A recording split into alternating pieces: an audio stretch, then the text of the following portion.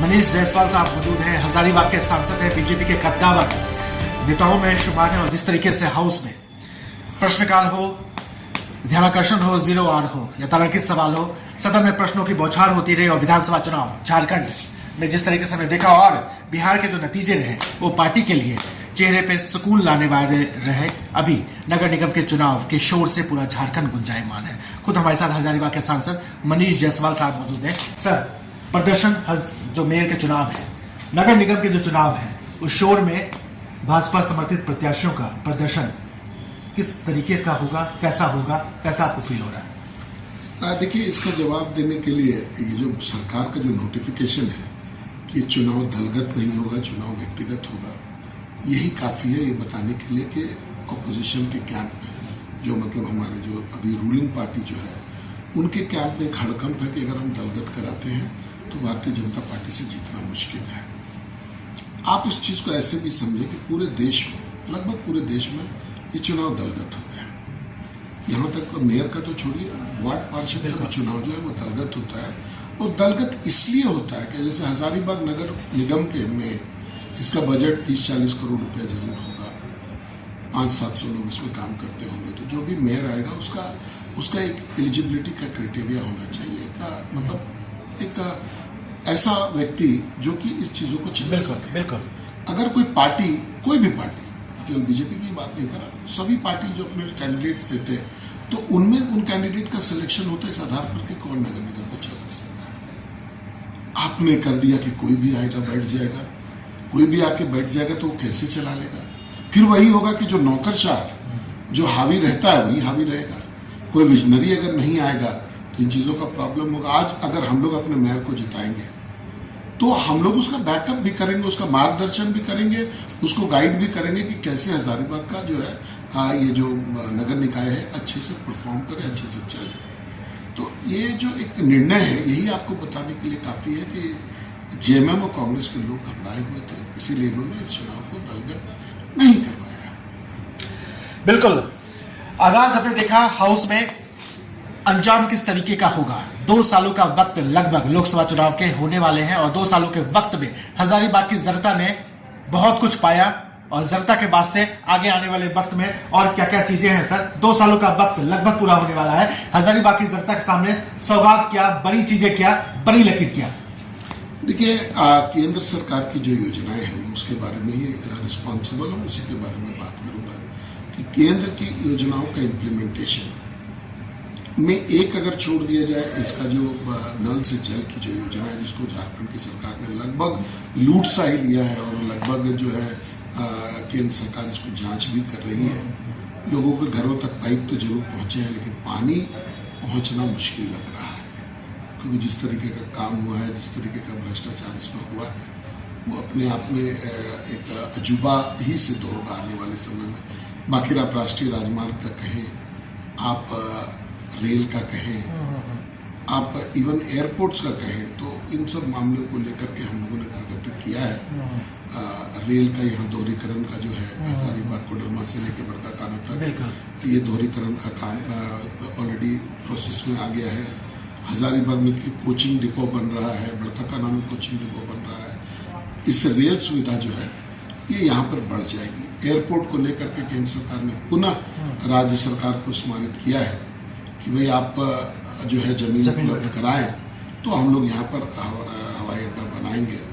तो अब व्यवस्था ऐसी है कि हमारा फेडरल सिस्टम है, कुछ काम केंद्र को करना रहता है, कुछ काम राज्य को करना रहता है। तो केंद्र ने अपना काम किया, राज्य को अपना काम करना है। अगर राज्य काम कर देती है तो यहाँ पर हवाई अड्डे का जो सपना है वो भी पूरा होगा।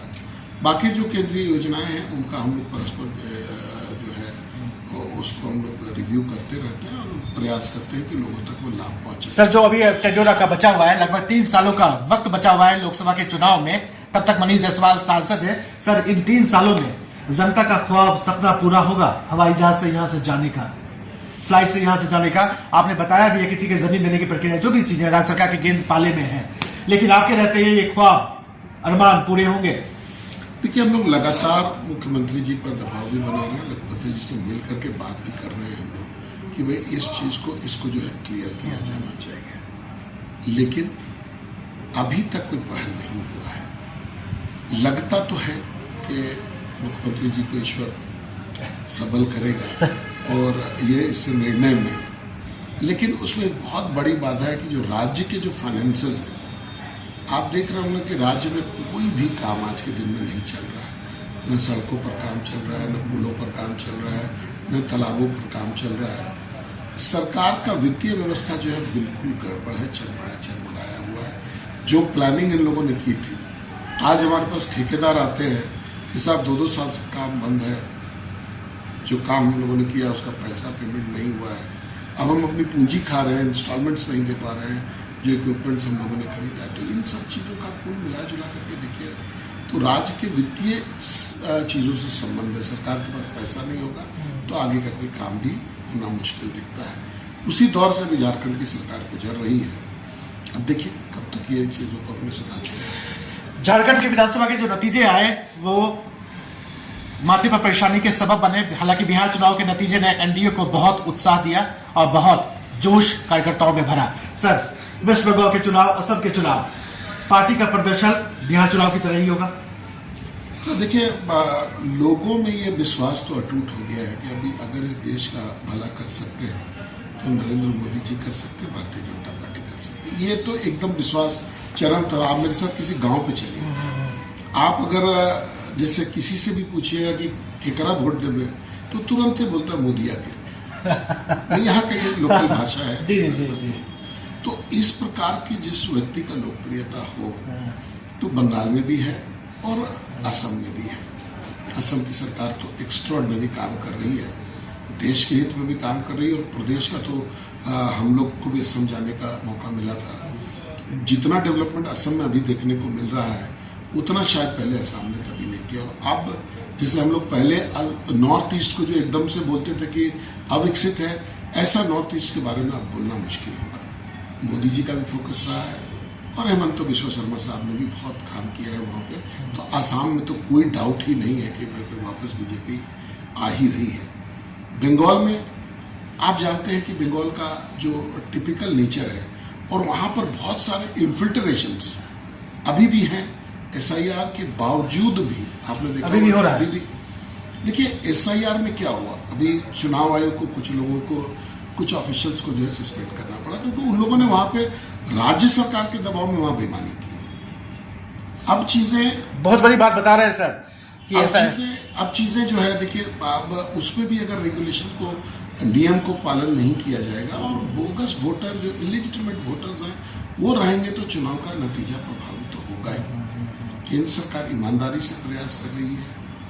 एक बहुत बड़ी बात मैं आपको बताने जा रहा हूँ कि देखिए, आप कांग्रेस के शासन में देखिए छोटी छोटी बातों पर धारा 356 का उपयोग होता था और राज्य सरकारें चली, एक बार भी नहीं। 12 साल में एक भी इंसिडेंट चुनी हुई सरकारों को अपदस्थ करने का एक भी एग्जाम्पल मोदी जी के राज्य में नहीं, एक भी नहीं है, एक भी नहीं, not a single.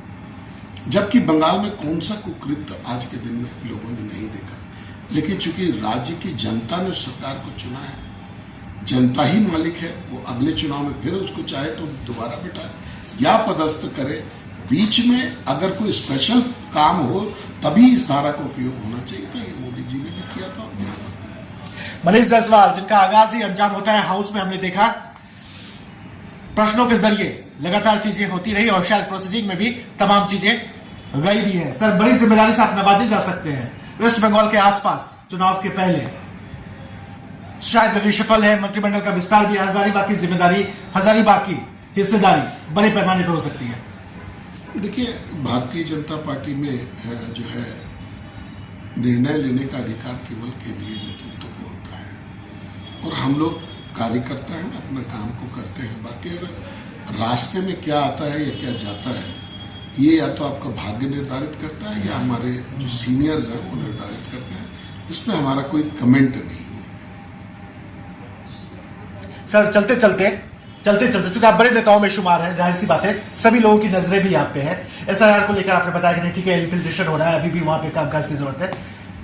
Sir, UGC को लेकर देखिए, यूजीसी जो आया है वर्तमान में ये रुका हुआ है। सरकार का नजर इस पे है एक ही बात सरकार ने भी कही है और मैं उस बात को दोहरा रहा हूँ कि किसी के भी हक और अधिकार पर कोई प्रभाव नहीं पड़ेगा। आपको इंतजार करना चाहिए। मामला कोर्ट में भी है।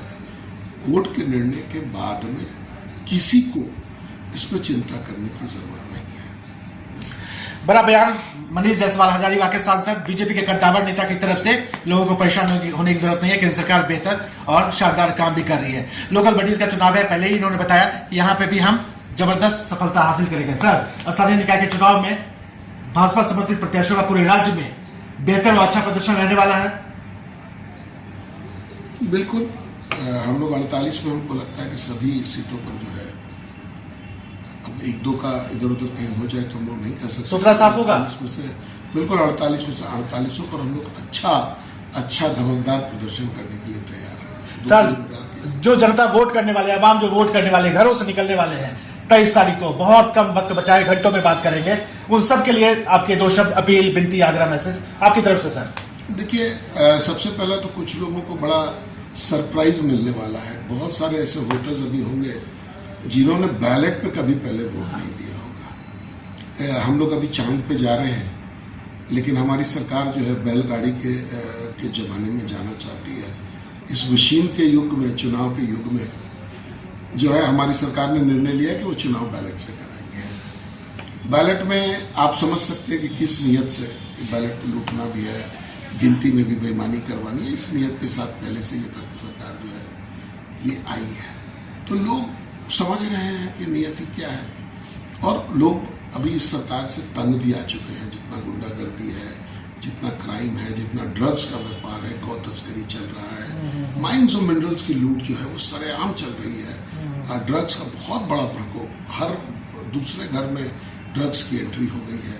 सरकार हाथ में हाथ रखे बैठ रही है, तो लोग परेशान हैं। इस बैलेट के माध्यम से वो अपना सरकार को स्पष्ट जो है वो अपना भाव को बताएंगे कि हम लोग आपसे संतुष्ट हैं। और यहाँ भारतीय जनता पार्टी सभी निकायों में बड़े मार्जिन से जीत रही है। सर, चलते चलते, चूंकि आपने कहा मोदी जी का एक बड़ा ये क्रेडिट रहा, श्रेय रहा कि किसी भी राज्य में राष्ट्रपति शासन की सिफारिश ना हुई, कोई लगा नहीं, अब तक का ये पूरा जबरदस्ती रिकॉर्ड भी है। झारखंड में क्या है सर, चूंकि चुनाव के बाद आपको लगता है झारखंड सरकार बेहतर है, अच्छा है, चलना चाहिए, या बीच में आप लोग कुछ अपनी बातों को रखेंगे? देखिए, झारखंड सरकार से खराब सरकार शायद इस राज्य, इस देश में कोई भी नहीं होगी। यहाँ पे कोई भी चीज़ अच्छे से नहीं चल रहा, ना तो डेवलपमेंट है, ना ही यहाँ लॉ एंड ऑर्डर है। सभी चीज़ों पर ये सरकार फेल है, लेकिन फिर भी जनता के द्वारा चुनी हुई सरकार है, अपना टर्म पूरा करेगी। जनता ने मैंडेट दिया है, हम सभी अपने संविधान से गाइडेड है। संविधान में जनता ने जिसको भी मैंडेट दिया है, उस मैंडेट का एक टाइम फ्रेम है। उस टाइम फ्रेम के बाद जब दोबारा ये लोग चुनाव में आएंगे, मैदान में आएंगे, उस समय जनता फिर से निर्णय करेगी। और बीच में किसी दूसरे दल का कोई बीच में जो है पॉलिटिकल अपनी बात ही चलती रहती है। सभी कोई भी चीज़ जो है वो राजनीति में कोई भी चीज़ संभव असंभव नहीं होता, लेकिन फिर भी ये जो मैंडेट है इसका सम्मान लोग करेंगे। सर, राष्ट्रीय अध्यक्ष को भी 2 शब्द बताइए आप। क्योंकि राष्ट्रीय अध्यक्ष बहुत ही काबिल नेता हैं। हम लोग को उनके साथ छत्तीसगढ़ में काम करने का मौका मिला, बिहार में भी, यहाँ भी, झारखंड में भी काम करने को मौका अवसर मिला है उनके साथ में। बहुत काबिल हैं, और एक युवा के कंधे पर ये जिम्मेवारी गई है कि विश्व की सबसे बड़ी पार्टी को चलाएं। उनको बधाई, उनको शुभकामनाएं, अच्छा से चलाएं। अभी तक का तो उनका जो आगाज़ है वो बड़ा शानदार रहा है, और आगे भी हम उम्मीद करेंगे कि अच्छे से चले। राष्ट्रीय अध्यक्ष के लिए भी परीक्षा की घड़ी है। पहला चुनाव है नगर निकाय, भले ही चुनाव नगर निकाय के हो, लेकिन पहला चुनाव राष्ट्रीय अध्यक्ष नितिन लबीर के बल्ले के बाद कहीं हो रहा है, और यहाँ पे चुनौती है भाजपा के सामने। 48 में 48 किस तरीके से रहती जाएंगे। मनीष जायसवाल का कहना है कि सूपरा साफ होगा। 48